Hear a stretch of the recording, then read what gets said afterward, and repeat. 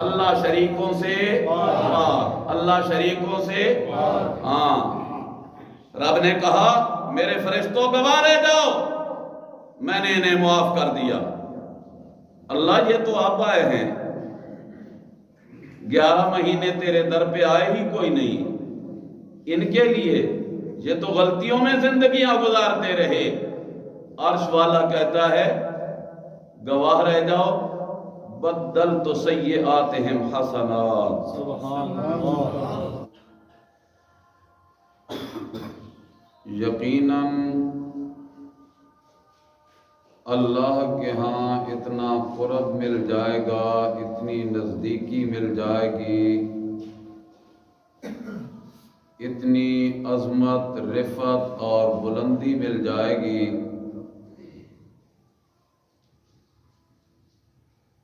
کہ کبھی کبھی انسان مومن کو، انسان مسلمان کو ملنے والی بلندی اور رفعتوں پہ اللہ کے فرشتے بھی رشک کرنے لگتے ہیں۔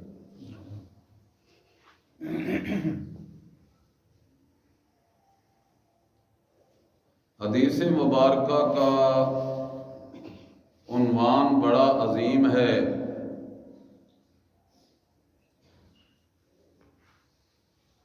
عرش الہی کے اٹھانے والے فرشتے عرض کرنے لگتے ہیں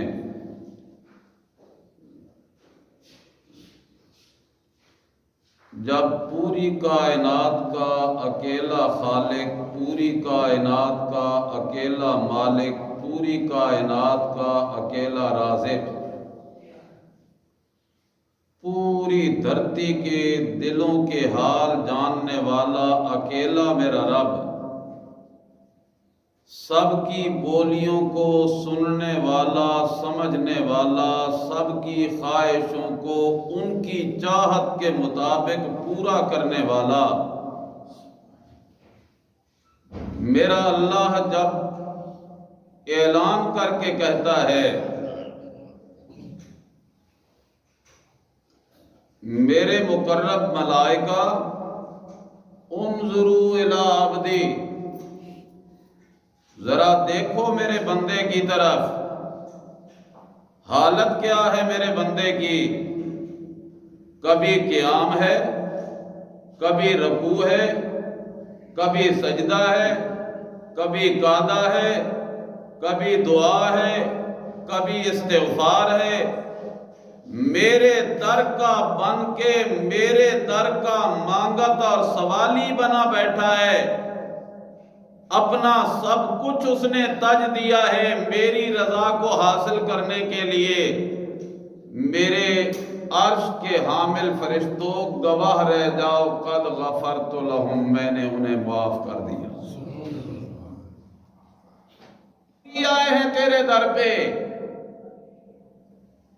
جوانی گزر گئی، لڑکپن گزر گیا، زندگی کے ماہ و سال اس نے گزار دیے تیری بغاوت میں، ہم بھی دیکھ رہے ہیں کہ اب آیا ہے تیرے در پہ، اس کے لیے بھی اعلان ہو رہا ہے۔ عرش کا مالک کہتا ہے میرے ملائکہ کی مقدس جماعت، تم تو خواہشات سے مبرہ ہو، کھانے پینے کی ضرورتوں سے منزہ ہو، یہ تو سارے جمیلوں میں پڑا ہوا لتھڑا ہوا انسان ہے، قدم قدم پہ رکاوٹیں ہیں، قدم قدم پہ بھول اور لغزشیں، کوئی بات نہیں، بھولا تو مجھے بھولا تھا، اٹکا اور رکا ہوا تھا تو میرے در سے رکا ہوا تھا، اب آ جو گیا ہے میرے در پہ، تمہیں بنا کے آئے اعتراف، میں اعلان کر کے کہتا ہوں قد غفرت لہم، میں نے انہیں معاف کر دیا ہے۔ ابھی بھی آدھی سبحان اللہ ہی ہے۔ نہیں جی 15 کے دوستو، رمضان کے مبارک لمحات ہیں، جب زبان سبحان اللہ کہے نا تو دل کا رواں رواں اس کا ساتھ دے، سر کی چوٹی سے لے کر پاؤں کی آخری انگلی تک، بدن کا ایک ایک بال، جسم کا ایک ایک حصہ یہ گواہی دینے لگ جائے اللہ سبحان اللہ۔ اب کچھ ہو رہا ہے، سبحان اللہ۔ میرے اللہ میرے جسم کا ایک ایک لوتھڑا اور بوٹی اور حصہ اور بخرا اور بال گواہی دے رہے ہیں کہ اللہ تو پاک ہے، اللہ تو پاک ہے، کوئی شک نہیں۔ باوضو بیٹھے ہو، بدن پاک ہے، اجلے کپڑے پہن کے آئے ہو، کپڑا پاک ہے، مسجد کا ماحول ہے، مسجد پاک ہے۔ اٹھاؤں قدم آگے، اٹھانے لگا ہوں، توجہ کرنا ہوگا۔ ہمارا تو نظریہ یہ ہے کہ سال کے مہینوں میں رمضان کا مہینہ بھی پاک ہے، رمضان میں تلاوت جس کلام کی کثرت سے ہوتی ہے وہ کلام بھی پاک ہے۔ نہیں میرے دوستو، ذرا اور عروج پہ چلیے۔ یہ کلام جس محمد کریم کے قلب اطہر پہ نازل ہوا وہ میرا نبی بھی پاک ہے۔ نبی تو پاک ہے ہی، جس نے میرے نبی کی خدمت میں آ کے، نبی کے سامنے آ کے، نبی کی مجلس میں آ کے نبی کا کلمہ پڑھا، صحابیت کا مقام پایا، وہ ہر نبی کا ہر صحابی بھی پاک ہے، چاہے وہ صدیق اکبر ہوں، فاروق اعظم ہوں، عثمان غنی ہوں، علی المرتضی ہوں، حسنین کریمین ہوں، مسعود کا بیٹا عبداللہ ہو، عمر کا بیٹا عبداللہ ہو، زبیر کا بیٹا عبداللہ ہو، فارس سے آنے والا سلمان ہو، حبشے کا غلام بلال ہو، چاہے فتح مکہ کے دن میرے نبی کے قدموں میں آنے والا ابو سفیان ہو، 7 ہجری میں آنے والا امیر معاویہ ہو، میرے نبی کا ہر صحابی بولو پاک ہے۔ لیکن پاکی میں فرق ہوتا ہے۔ جب ہم کہتے ہیں نا سبحان اللہ، اس وقت یہ معنی نہیں ہوتا کہ جس طرح بدن پاک، جس طرح کپڑا پاک، جس طرح جگہ پاک، جس طرح نبی پاک، جس طرح صحابی پاک۔ معنی یہ ہوتا ہے کہ جگہ پاک ہے، پلیتی کوئی نہیں، بدن پاک ہے، ناپاکی کوئی نہیں، کپڑا پاک ہے، نجاست کوئی نہیں، قرآن پاک ہے، غلطی کوئی نہیں، شک کوئی نہیں، نبی پاک ہے، عیب کوئی نہیں، صحابی پاک ہے، ذمہ گناہ کوئی نہیں۔ اور جب یہ کہا جائے کہ اللہ پاک ہے تو ذرا دل کے دریچے کھول کے سنیے گا۔ پہلا جمعہ ہے رمضان کا، عقائد کی دنیا پہ دستک دے رہا ہوں، دستک دے رہا ہوں، دستک دے رہا ہوں۔ خدا را سمجھیے گا، اپنے عقائد کی دنیا کو اس طرح صاف شفاف کر لیجئے گا تاکہ میرا روزہ بن جائے، آپ کا روزہ اس قابل بن جائے کہ اعلان خدا بندی جو ہو رہا ہے، قد غفرت لہم، میں نے انہیں معاف کر دیا ہے، اللہ مجھے بھی اس معافی کا حقدار بنا دے، تمہیں بھی اللہ اس معافی کا حقدار بنا دے۔ جب ہم کہتے ہیں سبحان اللہ، اللہ پاک ہے، معنی کیا ہے، مطلب کیا ہے؟ وہ اپنی ذات میں، اپنی صفات میں، اپنے کمالات میں، اپنی قدرتوں میں، اپنے تصرفات میں، اپنی دائمی حیات میں، اپنے تمام تر کمالات میں شریکوں سے پاک ہے۔ نبی نبوت پر حق ہے نبی کی، لیکن رب کا شریک نہیں۔ ولی ولایت پر حق ہے، لیکن رب کا شریک نہیں۔ فرشتوں کی ملکوتیت پر حق ہے، لیکن رب کی ذات و صفات میں شریک نہیں۔ جنوں کی جنیت پر حق ہے، مانتے ہیں ان کے اوصاف کو، مانتے ہیں ان کے وجود کو، لیکن میرے سچے رب کی ذات و صفات میں کائنات کا کوئی ذرہ زندہ ہو تب، مردہ ہو تب، ولی ہو تب، نبی ہو تب، جن ہو تب، فرشتہ ہو تب، میرے اللہ کا شریک کوئی نہیں۔ اب کہو سبحان اللہ۔ اللہ شریکوں سے پاک، اللہ شریکوں سے ہاں۔ عرش والا کہتا ہے گواہ رہ جاؤ، بدلت سیئاتہم حسنات، سبحان اللہ، بدلت سیئاتہم حسنات، سبحان اللہ، میں نے ان کے گناہوں کو بھی نیکیوں میں بدل دیا۔ سبحان اللہ، سبحان اللہ۔ جمعہ کا وقت ہے، رمضان کی مبارک ساعات ہیں، وہ عظمت بھرا مہینہ ہے جس مہینے کو میرے محبوب نبی نے فرمایا شہر مبارک، برکتوں والا مہینہ ہے۔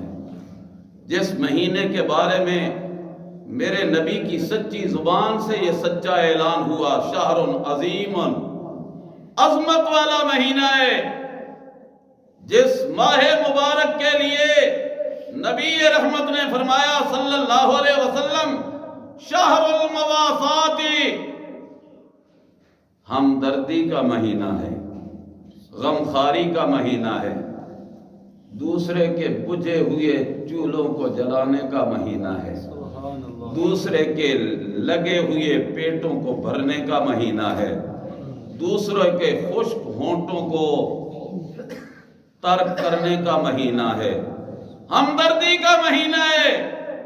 جس کے گھر میں کچھ نہیں اس کے گھر پہنچانے کا مہینہ ہے، شہر الصبر۔ اسی ماہ مبارک کو میرے محبوب نبی نے فرمایا صبر کا مہینہ ہے، رک جانے کا مہینہ ہے، رب کی بغاوتوں سے رک جائے، رب کی نافرمانیوں سے رک جائے، نبی کے حکموں کی خلاف ورزی سے رک جائے، صحابہ کی عداوت سے رک جائے، اولیاء کرام کی مخالفت سے رک جائے، اللہ کی کتاب کی عظمتوں کو پامال کرنے سے رک جائے، اپنے عقائد کو قرآن کریم کے خلاف کرنے سے رک جائے، اپنے اعمال کو نبی کی سنت سے ہٹانے سے رک جائے۔ ہوا شہر الصبر، یہ رک جانے کا مہینہ ہے، صبر کرنے کا مہینہ ہے۔ ایک گلاں میریاں توانوں پتہ نہیں چنگیاں نہ لگیاں حسن، ہون جڑی گل میں کرن لگیاں اے چنگی لگ جاسی یقیناً۔ شہر الصبر، یہ صبر کا مہینہ ہے۔ صبح سحری سے لے کر شام غروب آفتاب تک کھانے سے رکا کہ کوئی نہیں؟ یہ بات پسند آئی ہے۔ لیکن جو میں نے پہلے باتیں کہی نا، صبر کا حقیقی معنی وہی ہوتا ہے۔ یہ بلا کاہے کا صبر ہے؟ کوئی مجھے پیٹ رہا ہے، میرے ساتھ زیادتی کر رہا ہے اور میں چپ کر کے بیٹھا رہوں۔ کوئی کہے جی چپ ہو، جی صبر کی تھی بیٹھے۔ یہ بلا کاہے کا صبر ہے؟ صبر نام ہے میرے رب کے حکموں کے خلاف سے اپنے آپ کو روک دے۔ کھانے سے کیوں رکے؟ کس نے کہا؟ اللہ نے۔ بولو بولو، کس نے کہا؟ پانی پینے سے دن بھر کیوں رکے رہے؟ اللہ کے لیے، اسی کا حکم ہے۔ اس نے جو کہا ہے ثم اتم الصیام الی اللیل، اے میرے بندو، ایمان والو، میرے لیے سحری کو اٹھنے والو، میری رضا کے لیے سحری کا وقت کھانے پینے والو. سمجھ آئی؟ سمجھ آئی؟ بڑی تہ میں بات کر گیا ہوں، بڑی تہ میں اتر کے بات کر گیا ہوں. کھانا تو 11 مہینے بھی کھاتے رہے، کبھی 11 مہینے رات آدھی وقت اٹھ کے کھانا کھانے لگو، کون روکتا ہے؟ سحری کے وقت اٹھ کے کھانا کھانے لگو، گھر تمہارا اپنا، کون روکتا ہے؟ صبح کو اٹھ کے کھانے لگ جاؤ، کون منع کرتا ہے؟ میاں گھر جو اپنا، دسترخوان بھی اپنا. اللہ کریم فرماتے ہیں سحری کے وقت اٹھنا میرے ایمان والو تمہارا کام، چند لقمے لینا تمہارا کام، پانی کے چند گھونٹ اپنے حلق سے اتارنا تمہارا کام، اور تمہارے ان لقموں اور گھونٹوں پانی کے قطروں کو برکت بنانا میرا کام. میرے سچے نبی نے، سچے نبی نے، اعلیٰ نبی نے، عرفہ نبی نے، ازکا نبی نے، اطہر نبی نے، اشرف نبی نے، پوری کائنات سے ممتاز اور اعلیٰ نبی نے فرمایا تسحروا، اے میری امت کے لوگو، سحری کے وقت اٹھا ضرور کرو، کچھ کھا پی لیا کرو، دل نہ بھی کرے تب بھی کھا لیا کرو، دل نہ بھی کرے تب بھی پی لیا کرو، زیادہ نہیں تو چھوٹا سا لقمہ لے لو، پانی کے چند قطرے اپنے حلق سے نیچے اتار لو. اے اللہ کے پاک پیغمبر جی اتنی کیوں تاکیدیں کر رہے ہو؟ اللہ کے محبوب پیغمبر نے فرمایا 11 مہینے تم پیٹ بھرتے رہے، پیٹ تمہارا بھرتا رہا، پیٹ تمہارا بھرا جاتا رہا، اب سحری کے وقت پیٹ نہ بھی بھرا تو کوئی بات نہیں، برکت تو آ جائے گی. تسحرو، سحری ضرور کیا کرو. آج کا نوجوان رات کو سونے لگا، امی میں نے سحری نہ اٹھا بھی آئے. کبھی جابر میاں کہتا ہے، لفظ میں نے ذرا سخت بول لیا، ناراض نہ ہونا، یہ جابر ہی کی خاصیت ہے. کبھی جابر میاں کہتا ہے اپنی بیوی کو، مجھے سحری کے وقت نہ اٹھانا، رکھ لینا روزہ، میرا روزہ ہو گیا. ایسا ہوتا ہے نہیں ہوتا؟ نبی رحمت صلی اللہ علیہ وسلم نے فرمایا جبر تمہارا اپنی جگہ پہ، آرام تمہارا اپنی جگہ پہ، سحری کے وقت اٹھ کے چند لقمے لے لیا کرو اور یوں سمجھ لیا کرو کہ میرے پیٹ میں یہ روٹی کے لقمے نہیں جا رہے، اللہ کی برکت جا رہی ہے، اللہ کی رحمت جا رہی ہے. ہوا شہر الصبر. پھر میرے نبی نے فرمایا من فطر فیہ صائما، جس نے کسی کو روزہ افطار کرا لیا اسے اللہ اتنا اجر دے گا جتنا روزے دار کو روزے کا اجر ملا.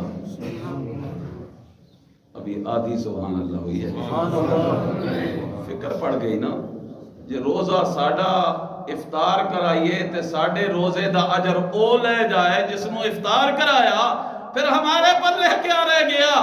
سوال ذہن میں آتا ہے. میرے محبوب نبی نے فرمایا من غیر ان ينتقص من اجرہ شیء، روزہ رکھنے والے کا اجر پورا، اللہ افطار کرانے والے کو اپنی رحمت سے اجر پورا دے دے. رحمت حق وہاں نہ بے جویت، وہاں نہ بے جویت.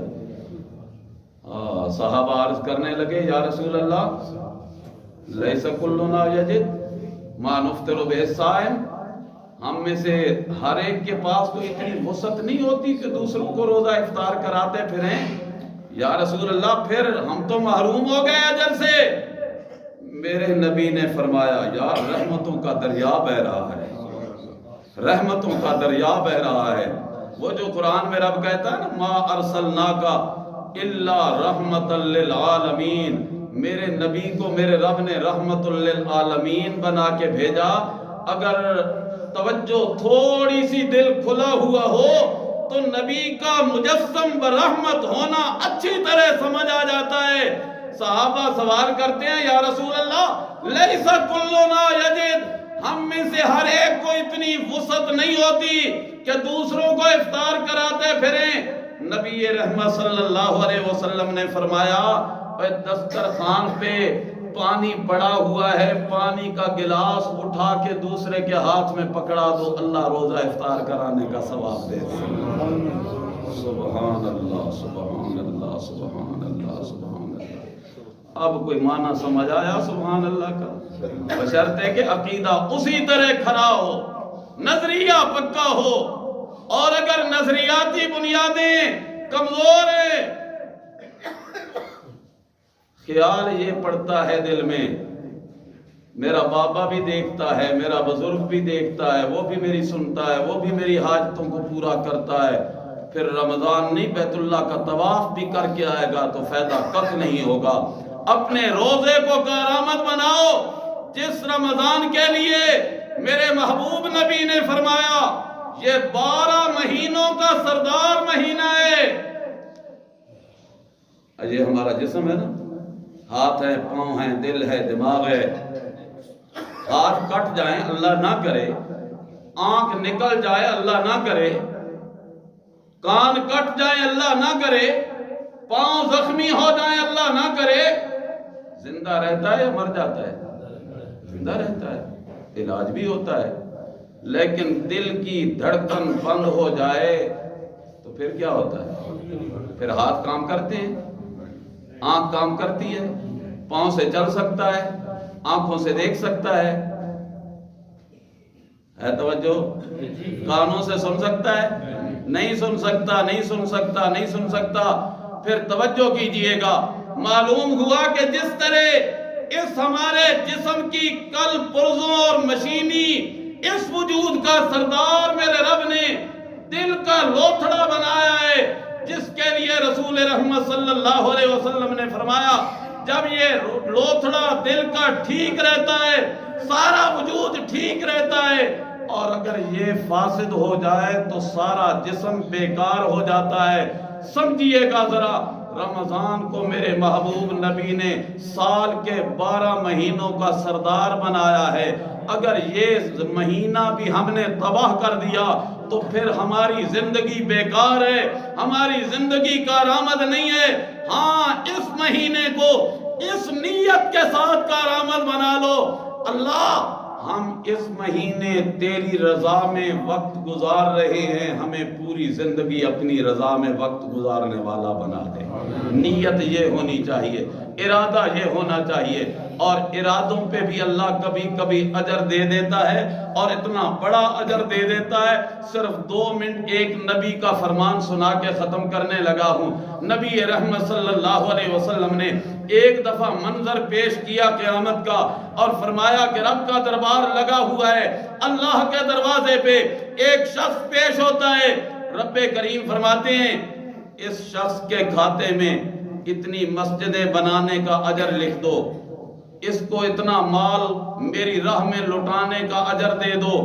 وہ عرض کرے گا اللہ میں نے تو کبھی ایک مسجد بھی نہیں بنائی، کبھی مسجد میں چندہ ہی نہیں دیا، تو ہم نہیں کہہ رہا، وہ سمجھ رہے ہو، آپ کو نہیں کہہ رہا کہ آج پہلا جمعہ ہے چندہ نہیں دینا، یہ چاہتے انشاءاللہ آپ کا انتظار کر رہا ہے، اپنے مال کو رب کی راہ میں خرچ کرنا ہے، اور اس ذہن کے ساتھ کہ اللہ رمضان میں مال کا اجر بہت بڑھا دیتا ہے، اللہ آپ کے مالوں میں برکتیں فرمائے۔